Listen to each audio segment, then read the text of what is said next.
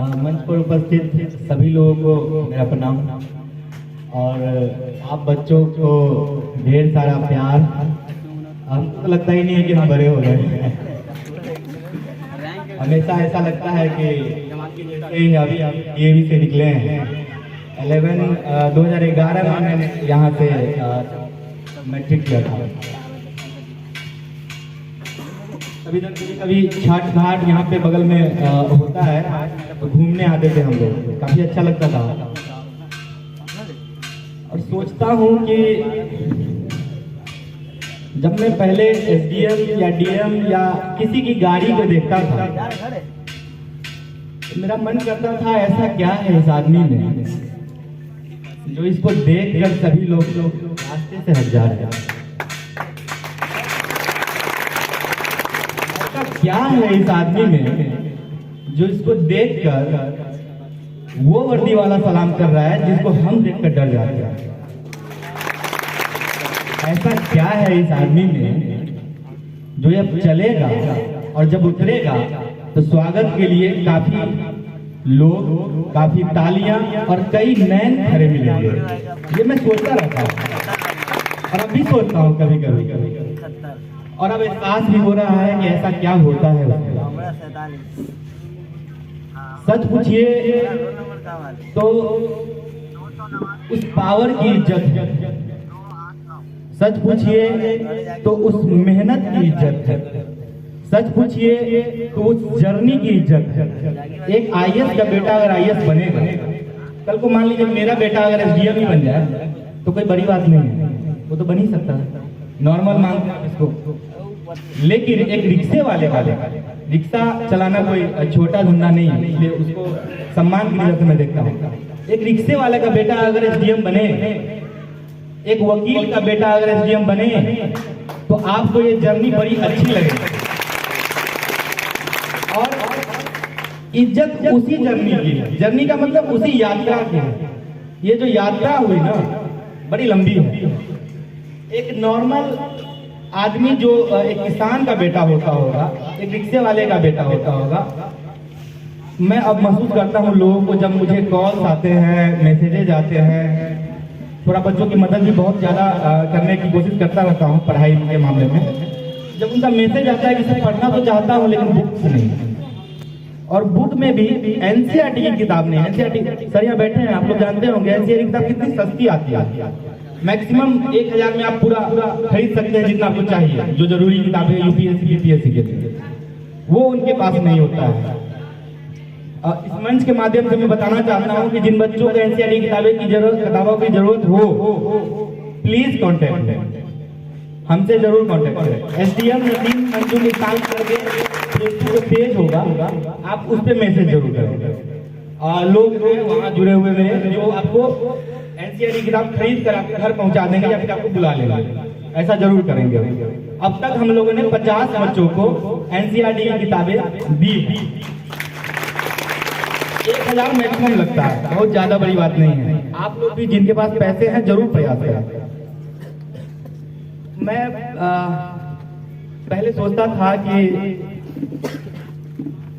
बन जाऊंगा तो थोड़ा मैं भी वैसे ही गाड़ी में घूमूंगा, मैं भी वैसे ही चाहूंगा कि ऐसा कुछ हो।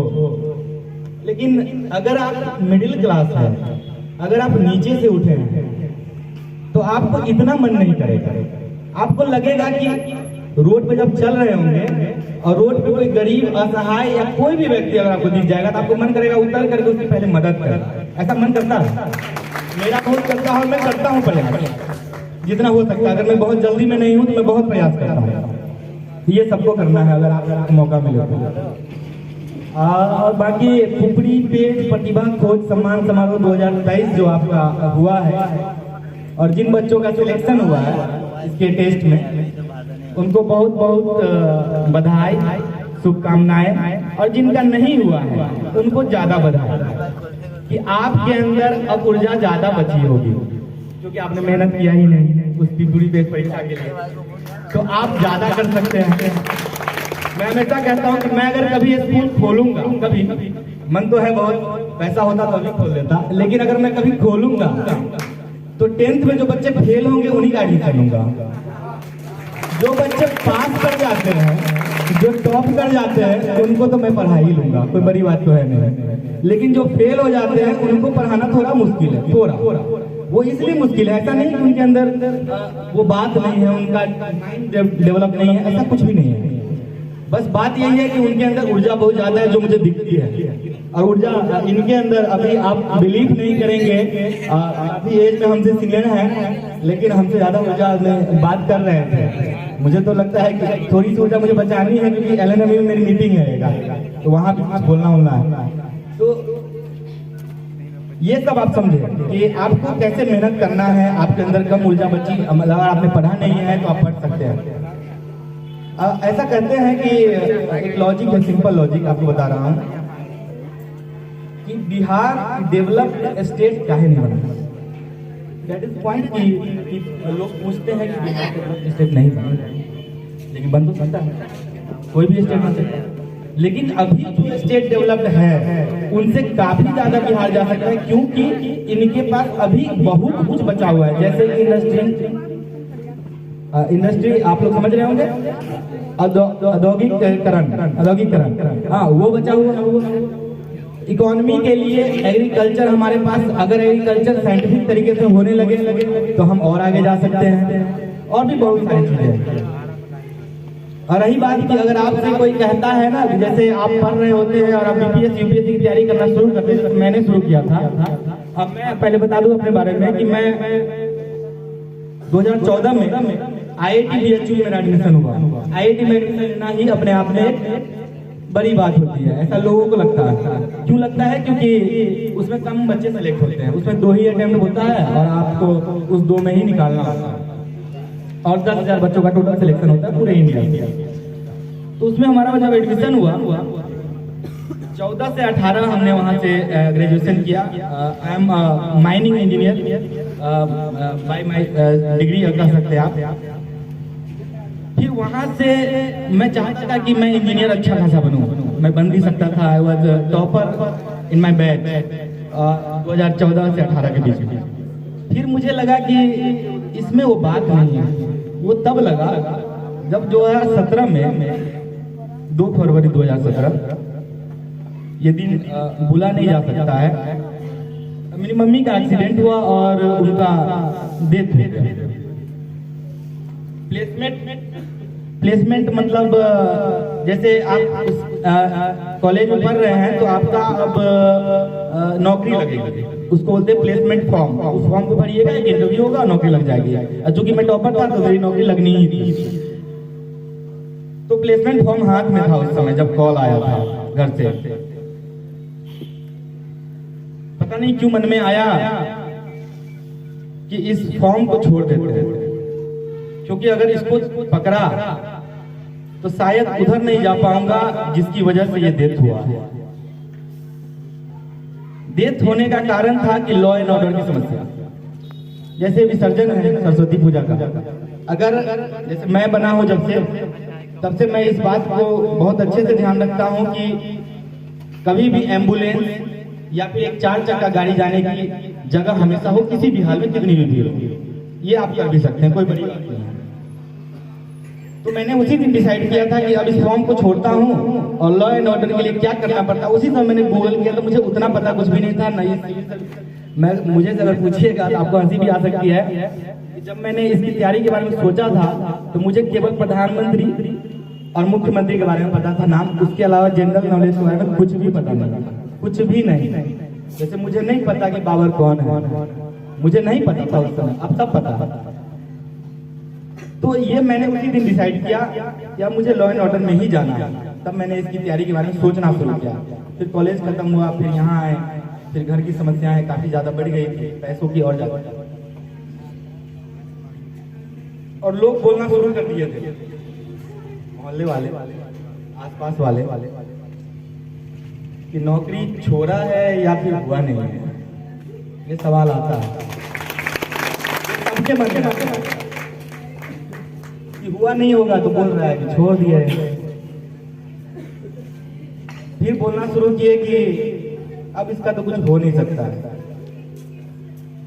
क्यों? क्योंकि ये ऐसे जुए में फंस गया है। बीपीएससी यूपीएससी को लोग जुआ समझते हैं, कि उसमें आप पास करेंगे प्रीलिम्स, मेंस, फिर इंटरव्यू, 3 स्टेज होता है उसका। और किसी एक में छठे तो फिर से शुरू करिए, फिर से जीरो से शुरू करिए। लेकिन वो जीरो नहीं होता है, आप एक्सपीरियंस्ड होते हैं, आपको फिर से नॉलेज हो गया होता है। अब जब आप शुरू करेंगे तो और अच्छा कर सकते हैं। तो लोग बोलना शुरू कर दिए थे कि अब नहीं हो सकता ऐसा कुछ। अब मैं सुनता भी था, फिर हंसते रहता था अंदर से, और ज्यादा जाकर के और ज्यादा पढ़ता था। और जब ज्यादा मोटिवेशन की जरूरत होती थी तो यूट्यूब करके यही एसडीएम और डीएम की गाड़ी देख लेता था, और उसके बाद मुझे लगता था कि और ज्यादा 4 घंटे और कर लेता था, ऐसा होता था। फिर लोग ताने देते हैं, मैं आपको कहना चाहता हूँ कि जिस घर से आपके लिए ताने आ रहे हैं ना, अगर आप कुछ बन जाना ना, तो उस घर में 1 किलो मिठाई और ज्यादा कर देना।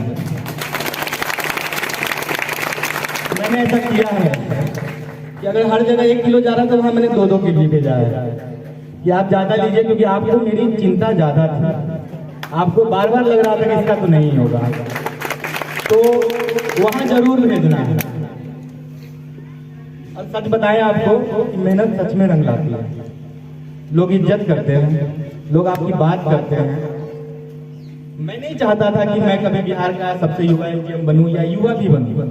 मैं बस चाहता था कि एसडीएम बनूं, चाहे जैसे।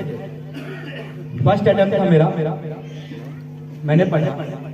मुझे भी नहीं पता थी कि उम्र मेरी इतनी कम है कि जिस उम्र में लोग सोचना भी शुरू नहीं करते हैं बीपीएससी यूपीएससी के बारे में, उस उम्र में मेरा सिलेक्शन हो जाएगा, ये मुझे आइडिया नहीं था। हो गया, फिर न्यूज़पेपर वाले ने छाप दिया, तब से ये चल रहा है। लेकिन आपको मैं बता दूं कि मेहनत सच में रंग लाती है। आप मेहनत करके देखो। जिनको डर लगता है कि हमसे नहीं हो पाएगा, ऐसा डर लाजमी है, ये बहुत कॉमन बात है। क्यों नहीं डर लगेगा? क्योंकि आप अगर ऐसे चीज की पढ़ाई कर रहे हैं जहां वो बच्चा सेलेक्ट हुआ है जिसके घर को देख करके आपने घर बनाना शुरू किया। आप समझ रहे हैं बात? मतलब कि आपके शहर का जो सबसे अमीर आदमी है उसका बेटा सिलेक्ट हुआ है, आपके शहर का जो सबसे अमीर ज्यादा है उसकी बेटी सिलेक्ट हुई है। तब आपको लगने लगता है कि हमारा तो नहीं हो पाया, क्योंकि हमारे पास पैसे ही नहीं है। पैसों की जरूरत है नहीं। किताबों की बात तो मैंने कह दी कि किताबें तो मैं पूरी कर दूंगा, मेहनत आपको करना होगा।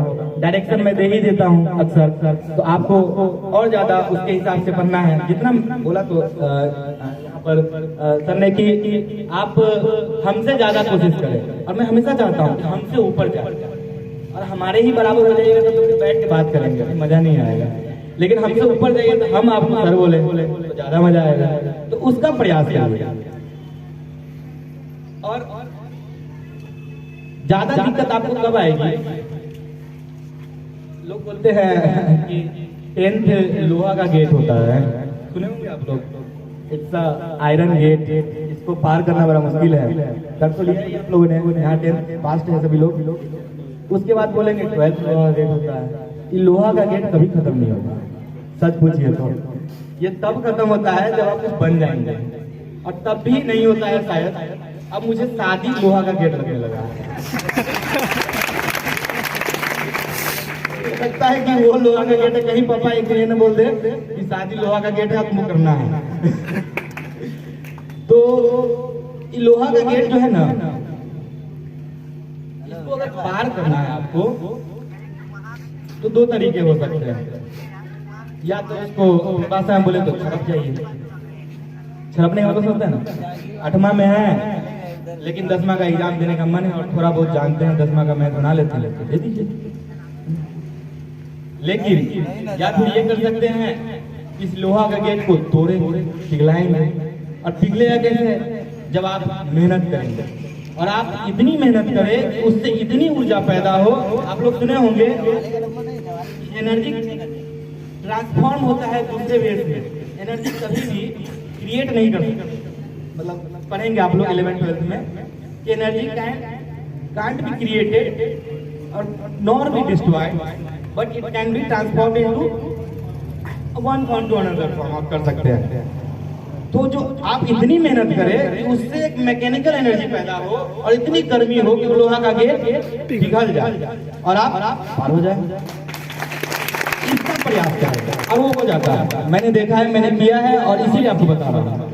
और ये अनुभव मैं अच्छे से आपको साझा भी इसलिए कर रहा हूँ कि बहुत आसानी से होता है। बस कुछ नहीं करना है, रोज एक टारगेट बनाइए सोने से पहले कि कल ये कंप्लीट कर लेना, कल इतना पढ़ लेना है, 2 चैप्टर 4 चैप्टर जितना भी पढ़ना है उतना पढ़ लेना है। और उसके बाद कल जब तक वो पूरा न हो तब तक कुछ और नहीं करना है। जैसे कि खाना खाना है, दैनिक क्रिया जितनी भी वो सब करना है, लेकिन जैसे कि मूवी नहीं देखेंगे, जैसे कि बाहर घूमने नहीं जाएंगे, ये सब आप नहीं करेंगे। लेकिन एक्चुअली में क्या है कि लेकिन अगर आपका ये कंप्लीट हो जाए टारगेट तो आप जरूर कर सकते हैं। जैसे कि मैं आपको बताऊं कि मैं लगभग रोज ही टारगेट कंप्लीट कर लेता था और रोज ही मुझे मूवी देखना बहुत पसंद है, तो मूवी हॉलीवुड बॉलीवुड सब देखता हूँ, तो मैं वो मूवी जरूर देखता था रोज।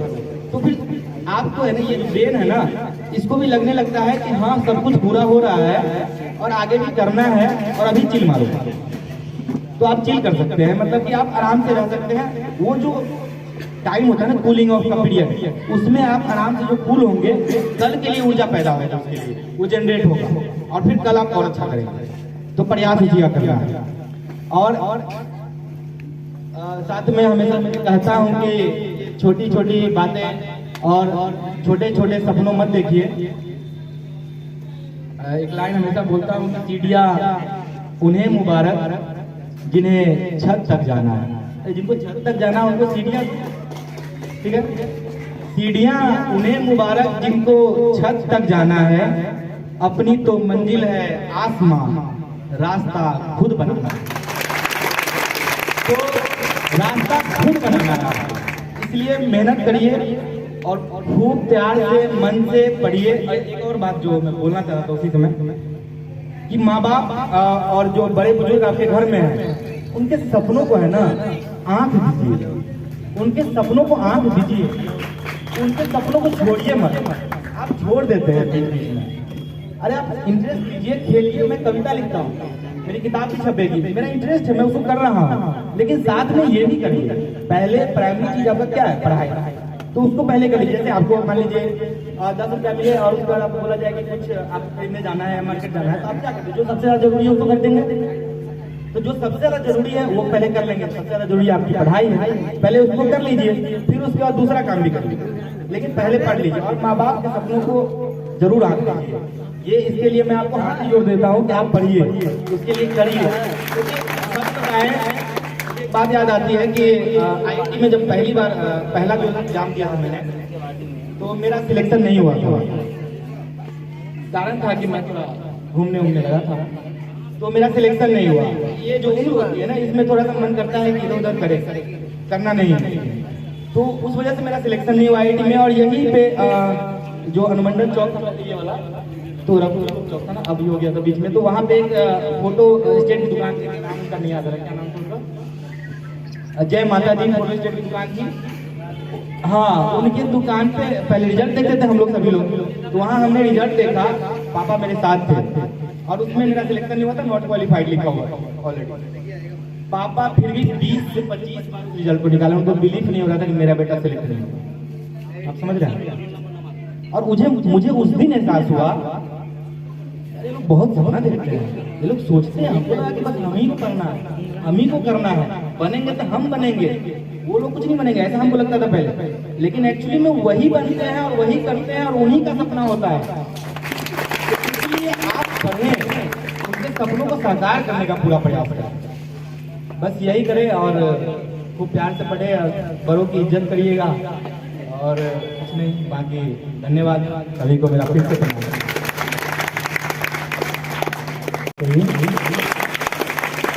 ऐतिहासिक पल पुत्री के लिए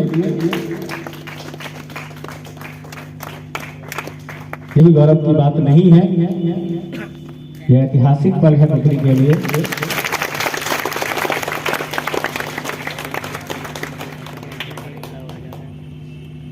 और अब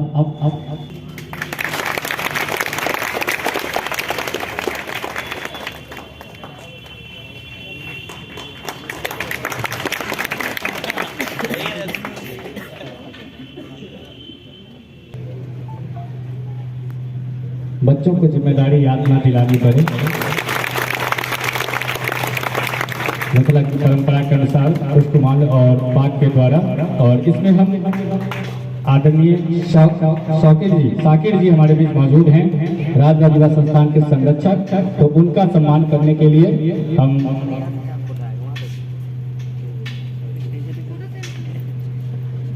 मोनू आनंद जी को आवाज दे रहे हैं कि मोनू आनंद जी उनका स्वागत करें।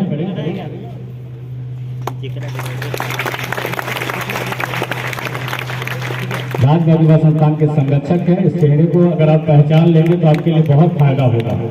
मैं बता दूं, चूंकि ऐसे कार्यक्रम में हम हैं कि इनको जानना जरूरी है। आपके अंदर कोई भी प्रतिभा हो उसको निखारने का काम ये करते हैं बच्चों के साथ साथ। और खुरकुड़ी की धरती से एथलेटिक में जो बच्चे जाते हैं वो इनके मार्गदर्शन में ही जाते हैं। बहुत बड़ा योगदान इनका। और अब मैं ऊपरी उप जिला शाखा के रेड क्रॉस के सचिव आदरणीय अतुल जी को सम्मानित करने के लिए प्रवीण जी और नवीन जी से आग्रह करूंगा कि आप मंच पर आकर रेड क्रॉस उप जिला शाखा ऊपरी के सचिव अतुल जी, बहुत कम आपको मंचों पर ये दिखाई देंगे, लेकिन आप बच्चों का कार्यक्रम है इसलिए आज मंच पर नजर आ रहे हैं। और बिना विलंब किए अब इस कार्यक्रम को आगे बढ़ाने के लिए हम अपने अतिथियों से आग्रह करेंगे कि इस कार्यक्रम के औपचारिक शुरुआत की घोषणा दीप प्रज्वलन के साथ करने की कृपा करें। परंपरा है कि हम अंधेरा मिटाकर प्रकाश की ओर बढ़ते हैं, उजाले की ओर बढ़ते हैं, और यह गुरु परंपरा भी है। गुरु शब्द का तात्पर्य भी यही होता है। गु का अर्थ होता है अंधकार और रू का अर्थ होता है प्रकाश। तो अंधकार से प्रकाश की ओर बढ़ते हुए हम अपने क्षेत्र के ऊपरी क्षेत्र की प्रतिभाओं का सम्मान करने के लिए इस मंच पर प्रकाश फैलाने के लिए अपने अतिथियों से आग्रह कर रहे हैं। और जहां तक मुझे लगता है कि मैं इतनी बार बता चुका हूं कि जब कुछ करना है तो हम बच्चों की क्या जिम्मेदारी है, ये तो बहुत ही शानदार, बहुत ही समझदार बच्चे हैं।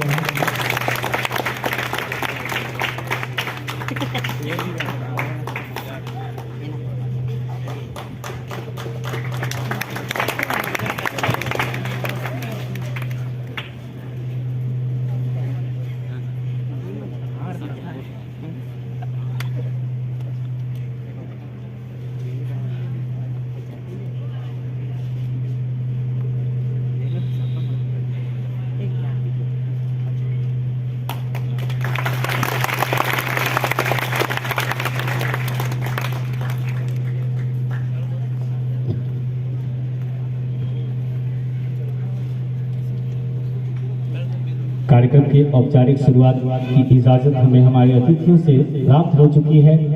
Now we are present here to sing a song.